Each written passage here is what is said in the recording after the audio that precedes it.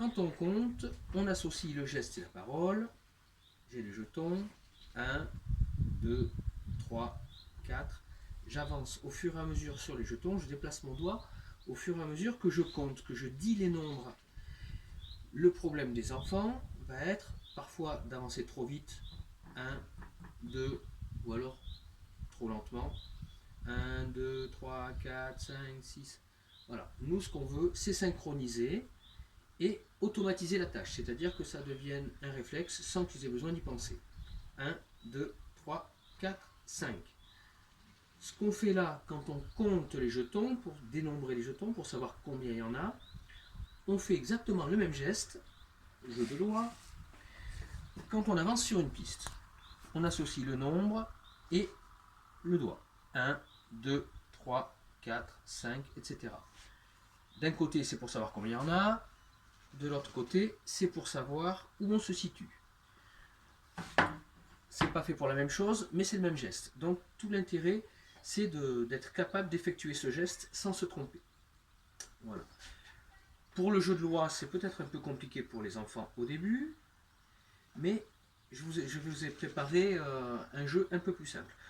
Donc, le faire en jeu permet de répéter des dizaines de fois sans forcer, alors que sur une feuille, une fois qu'on l'a fait, c'est terminé. Et si on veut que ça soit automatique, on a intérêt à le répéter effectivement des dizaines de fois. Voilà. Alors, pour jouer, quelles sont les consignes? Je vous ai pris des gros dés. Si vous en avez des gros, c'est très bien. Si vous avez des petits dés, vous pouvez toujours essayer de faire des cubes, de trafiquer des cubes pour avoir des plus gros dés, pour rendre la tâche plus facile aux enfants pour compter. Alors, la consigne est compliquée. Vous devez dire aux enfants, tu dois avancer ton pion d'autant de cases qu'il y a de points sur le dé. Ça, c'est une phrase très compliquée pour des petits de 3 ou 4 ans. Donc, il va falloir montrer, forcément. Donc, quand vous allez jouer, vous faites 3, vous comptez, vous montrez bien à votre enfant. 1, 2, 3, j'ai fait 3. Donc, j'avance mon jeton, mon pion de 3 cases. 1, 2, 3. Là, j'ai joué, c'est à ton tour de jouer. Vas-y, hop. Merci, tu as fait 2, très bien.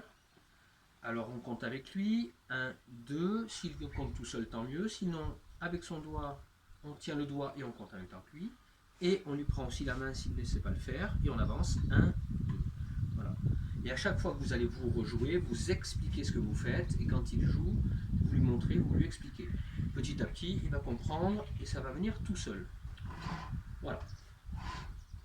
Pour les jeux, le jeu de loi qui est un jeu compliqué parce qu'il y a 63 cases et beaucoup de règles, ça se joue à 2 dés. Vous pouvez commencer dans un premier temps à jouer avec un dé. Les enfants, notamment les moyens qui sont très performants, vous pouvez les faire compter. 1, 2, 3, 4, 5, 6, 7, 8, 9, et on avance de 9. Quand ils auront l'habitude, le but du jeu, c'est qu'il n'ait plus besoin de compter le premier dé. 6, 7, 8, 9. Quand on en est là, c'est super. Voilà. Je vous expliquerai dans une autre vidéo ce qu'on peut faire après. Je vous montre un jeu beaucoup plus simple que j'ai fait en vitesse. Vous pourrez le faire beaucoup plus beau. Donc c'est à partir de l'histoire du petit chaperon rouge.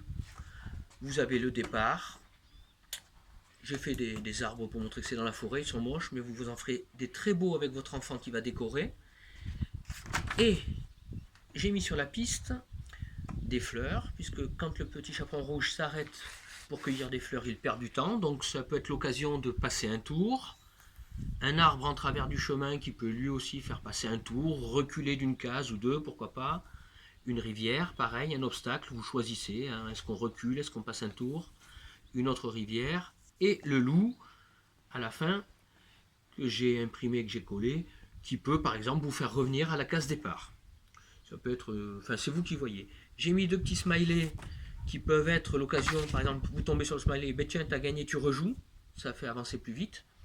Voilà, quand on arrive à la fin, bah, évidemment on a gagné.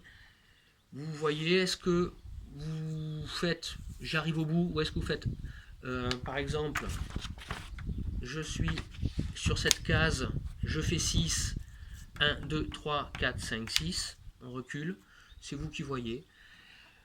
Donc voilà, des premières consignes pour jouer. J'espère que vous êtes convaincus par l'intérêt de jouer. Si vous avez des grands en CE1, CE2 qui veulent jouer et qui sont sur la case 5 par exemple et qui font 9, vous pouvez leur dire bon mais sur quelle case tu vas tomber sans qu'il ait besoin d'avancer le pion. 5 plus 9 qui font à peu près 14, donc hop, case 14. Ça peut être une variante pour les grands. Voilà. Quand vous aurez terminé de jouer à ça, vous n'avez plus qu'à recommencer et recommencer et recommencer encore.